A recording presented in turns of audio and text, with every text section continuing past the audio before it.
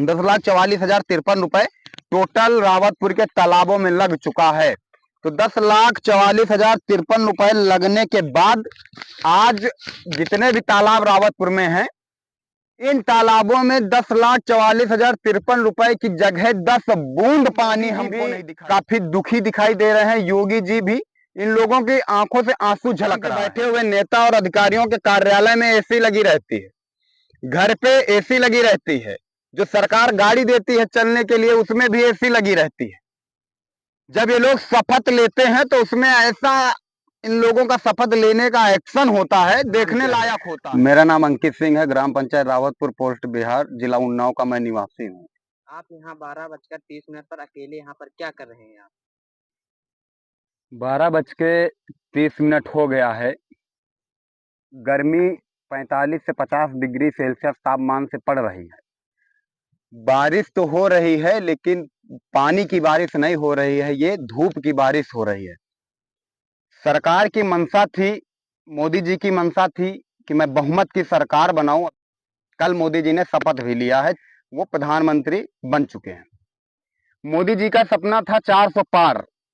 मोदी जी हर जहां पर भी विशाल जनसभा संबोधित कर रहे थे या योगी जी संबोधित कर रहे थे, तो इन लोगों का सपना था कि बात 400 पार। लेकिन 400 पार के सपने को 240 में लाने वाला कौन है? आज वही सच्चाई बताने के लिए हम इस तालाब में बैठे हैं और यहीं पर बैठे रहेंगे जब तक यहाँ पे अधिकारी आकर के मेरे 2 सवालों का जवाब नहीं दे देंगे। पहला सवाल, इसके नाम पे जितना पैसा लगा है वो क्यों लगवाया सरकार ने? दूसरा सवाल, सीडीओ के आदेश के आज लगभग 13 से 15 दिन हो रहे हैं। 27 मई को उन्होंने आदेश दिया था और आज 10 तारीख है, 10 जून है। अभी तक सभी तालाबों में एक बूंद पानी दिखाई नहीं दिया है। तो सीडीओ के आदेश को जो ठेंगा क्यों दिखा रहे हैं? यही 2 मेरे सवाल हैं। और मोदी जी 400 पार सपना इसलिए नहीं पूरा हो पाया कि इनके क्या नीचे क्रम के जो नेता हैं, जो इनके सिस्टम पे बैठे हुए अधिकारी हैं, क्या ये लोग नहीं चाहते हैं मोदी जी 400 पार हो जाते? अब की बार काफी सारी वीडियो वायरल हो रही हैं जिसमें मोदी जी भी काफी दुखी दिखाई दे रहे हैं, योगी जी भी। इन लोगों की आंखों से आंसू झलक रहा है। माना जाता है कि उत्तर प्रदेश ही प्रधानमंत्री को चुनता है, लेकिन आज उत्तर प्रदेश में भारतीय जनता पार्टी की सरकार होते हुए भी सपा सरकार की सीटें ज्यादा आना, ये कहीं ना कहीं इन लोगों के कार्य करने के तरीके को दर्शाता है। इस ग्राम पंचायत में रावतपुर की बात कर रहा हूं, केवल जो सुमेरपुर ब्लॉक की है। यहाँ पे आज मैं तालाबों के नाम पे कितना पैसा खर्चा हुआ, कितना तालाब बने हैं, सबके बारे में आज हम आप लोगों को डिटेल में बताएंगे और यहीं पर बैठे रहेंगे। हम आप लोगों को पहले ले चलते हैं 2008 में। 2008 में तालाब की खुदाई हुई थी सिंगी जी के नाम पे। सिंगी जी नाम का तालाब था, उसकी खुदाई हुई थी। एस्टीमेट बना था उसका 4,07,43 रुपए, लेकिन उसमें लागत आई थी 1,24,600 रुपए। और इसके मास्टर रोल भी मैं निकाल के रखा हूं, जितने लोगों ने काम किया है पूरी डिटेल में रखा हूं 2008 से 2024 तक। लेकिन वो प्रिंट आउट की फाइल लेके यहाँ पे नहीं आया हूं, मैं मेन पॉइंट लिख के लाया हूं और बता रहा हूं आपको। दूसरा तालाब आप चले जाइए, फिर सिंगी जी के तालाब में फिर खुदाई होती है और वो होती है 25 तारीख महीना 12 सन 2008 को। उसमें निकाला जाता है 1,96,300 रुपए। उसके बाद आप आ जाइए तारीख 30 महीना 1 सन 2009 को। इसमें एक दीदी की तलिया की खुदाई कार्य हुआ था, जिस दीदी की तलिया के तालाब में मैं आज यहाँ पर बैठा हूँ। इसी तालाब में आप चारों तरफ से दिखा सकते हैं कि चारों तरफ से यहाँ पे क्या व्यवस्थाएं हैं। इस तालाब की, दीदी की तलिया के नाम से रजिस्टर्ड तालाब है। यहाँ पे मैंने वीडियो बनाया था तो आग लगवा दी गई सिस्टम के द्वारा, आग वहां पे। प्रधान जी इस सवालों का जवाब नहीं देते। सेक्रेटरी साहब जी को फोन करो तो सेक्रेटरी साहब जी का कहना है कि प्रधान जी मेरी बात नहीं मानते। बीडीओ साहब जी फोन नहीं उठाएंगे। तो इसी तरीके की धूप में ही हम लोग बैठे रहेंगे। तो दीदी की तलिया की खुदाई जब हुई थी 2009 में, तो इसमें एस्टीमेट बना था 3,09,97 का। इसमें लागत आई थी 1,73,300 रुपए 2009 में। उसके बाद फिर दीदी की तलिया की खुदाई काम हुआ था, खुदाई हुई थी और इसकी सफाई हुई थी। सफाई दिखा दीजिएगा आप कैमरा घुमा के भैया, ये सफाई हुई थी। इसमें लगा था 2,30,300 रुपए इसकी खुदाई और सफाई में। वो जो लगा था 1,73,000 वो लगा था 30 तारीख 1/2009 को। ये लगा था 30 तारीख महीनवा 6 जो सन 2017 को 2,30,300 रुपए। इसके बाद आप आ जाइए, नहर के पास एक नया तालाब बना है। जब मैंने पहली वीडियो बनाया था तालाबों में पानी नहीं था, तो पहला तालाब ये था। दूसरा तालाब जब मैं गया था कवर करने, जो मंदिर और नहर के बगल में है, उस तालाब की जब खुदाई हुई थी उसमें निकाला गया 1,42,975 रुपए। उसके बाद फिर सिंगी जी के तालाब में कार्य हुआ, उसमें निकाल लिया गया 29 तारीख महीनवा 4 सन 2020 में 1,33,464 रुपए।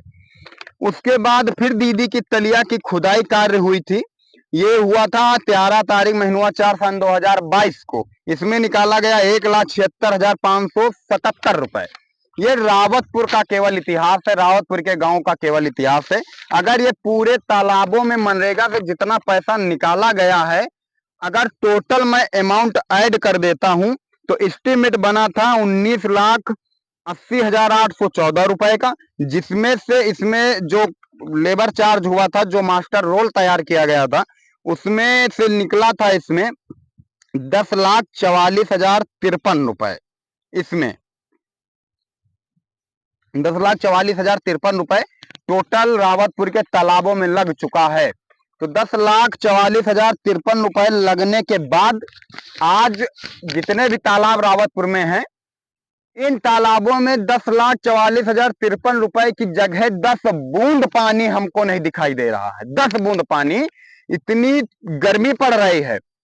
अभी मैं जब से यहाँ पे बैठा हूं, इतनी ज्यादा समस्या हो रही है, प्यास लग रही है। लेकिन कुछ लोग अभी कह देंगे कि तो फर्जी का नाटक है।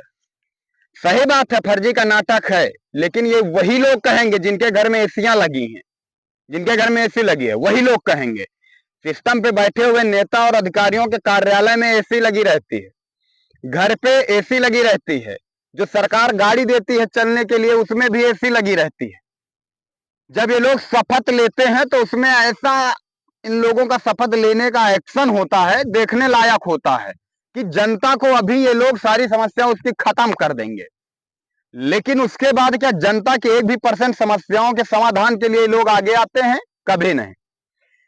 इतनी गर्मी पड़ने को देखते हुए हमारे उन्नाव के सीडीओ साहब जी ने संज्ञान में लिया और उन्होंने तत्काल वीडियो को आदेश दिया, उन्नाव जिला के सभी वीडियो को, कि अपने अपने ब्लॉक में जितने ग्राम पंचायतों के तालाब हैं उनमें पानी भराया जाए, जिससे जीव जंतु, लोगों को, मवेशी जानवरों को राहत मिल सके इतनी गर्मी में। लेकिन ये कार्य केवल हवाई बन के रह गया, कागज में बन के रह गया। कुछ दिनों के बाद जिस तरीके से बिल निकाला जाता है उसी तरीके से देख लेना सभी ग्राम पंचायतों में पानी भराने का भी पैसा निकाल लिया जाएगा। लेकिन तब पानी भराया जाएगा जब बारिश हो जाएगी। नरेगा में जब भी मास्टर रोल तैयार किया जाता है तो उसमें रोजगार सेवक की जिम्मेदारी होती है कि वो वहां पर जाएं, वहां पे जितने लोग कार्य कर रहे हैं उनकी हाजिरी लें और सुबह, दोपहर, शाम तीनों टाइम की फोटो भी मास्टर रोल में अपलोड होती हैं। लेकिन अभी भी मास्टर रोल में फोटो अपलोड नहीं करते हैं ये लोग। हाँ, ये बात सही है कि जब से हम अपनी ग्राम पंचायतों में इस गलत का विरोध किया हूं, उसके बाद आज मैं देख रहा था मास्टर रोल में कि ग्राम पंचायत में जो मनरेगा का काम होता है, अब वहां पे रोजगार सेवक सोनेलाल जी का नाम दिख रहा है कि अब वो वहां पे अटेंडेंस हाजिरी ले रहे हैं। जब रोजगार सेवक सोनेलाल जी हाजिरी ले रहे हैं तो अन्य लोग वहां मनरेगा में फावड़ा चलाने के नाम पे बैठे रहते हैं। आखिर क्यों? मैंने 2-3 बार इसकी जानकारी सेक्रेटरी साहब जी को भी दी।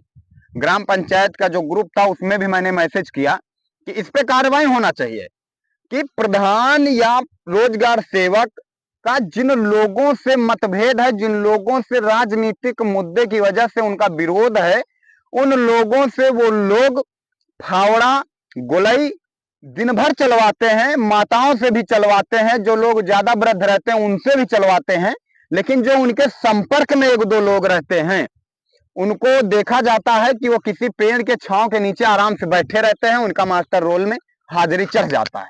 आखिर जब रोजगार सेवक जी वहां पे मौजूद हैं तो ये लोग वहां पे क्यों बैठे रहते हैं? अगर वो मेट हैं तो मेट की लिस्ट में उनका नाम क्यों नहीं है? तो मैं अपनी ग्राम पंचायत के लोगों से कहना चाहता हूं, माताओं से कहना चाहता हूं कि जब आप लोग मनरेगा में जाइए, काम करने जाइए, तो जितने लोग वहां पे केवल बैठे रहते हैं तो आप भी बैठ जाइए, क्योंकि जितना पैसा आपको मिल रहा है उतना ही पैसा उसको भी मिल रहा है। वो बैठ के ले रहा है क्योंकि प्रधान के रोजगार सेवा के संपर्क में है, और आप लोग थोड़ा सा गलत का विरोध कर देते हैं तो आप लोगों से काम कराया जाता है। तो इस पे काम होना चाहिए, और विनती है कि सिस्टम पे बैठे हुए लोग कम से कम 4 से 5 जो ग्राम पंचायतों में तालाब हैं तो उसमें ये तालाब क्यों बनाया गया है, पहला ही मेरा सवाल था। इसके नाम पे इतना पैसा क्यों लगाया जाता है? तो ये तालाब में कम से कम थोड़ा सा जल भरने की प्रक्रिया किया जाए, इतनी गर्मी पड़ रही है। और सरकार वृक्षारोपण की बात करती है, वृक्षारोपण की, बरगद का पेड़ हो गया, आम तुम्हारा नीम का पेड़ हो गया, उसके बाद तुम्हारा पीपल का पेड़ हो गया, बताया जाता है, और गूगल में सर्च मारिएगा तो इनसे ज्यादा ऑक्सीजन मिलती है। वृक्षारोपण की बात सरकार तो करती है, करोड़ों रुपए गरीब जनता के टैक्स के पैसे को लगा देती है, वृक्ष आ भी जाते हैं, ब्लॉक में आते हैं, पहले ब्लॉक में आधे सड़ जाते हैं, उसके बाद प्रधान जी के यहाँ आते हैं, वहां आधे सड़ जाते हैं। आप देख सकते हैं दीदी के तलिया के तालाब में मैं बैठा हूं, यहाँ पर देख लीजिए कितने पेड़ लगे हुए चारों तरफ बाउंड्री में, आप ही देख लीजिए कितने पेड़ लगे हैं चारों तरफ, घुमा के भैया दिखा दीजिए तालाब में कितने पेड़ यहाँ पे लगे हैं। आखिर क्यों नहीं लगे? यहाँ पे पेड़ लगना चाहिए कि नहीं लगना चाहिए? आखिर जब तक पेड़ जमीन पे नहीं लगेंगे, उसी का कारण है कि आज यहाँ पे पानी की बारिश नहीं, धूप की बारिश हो रही है। और मैं यहीं पर बैठा हूं, जब तक सिस्टम पे बैठे हुए लोग या तो आज जवाब दे देंगे या तो आज वो ना बोल देंगे, उसके बाद हम यहाँ पे पानी भरवा देंगे। जय हिंद।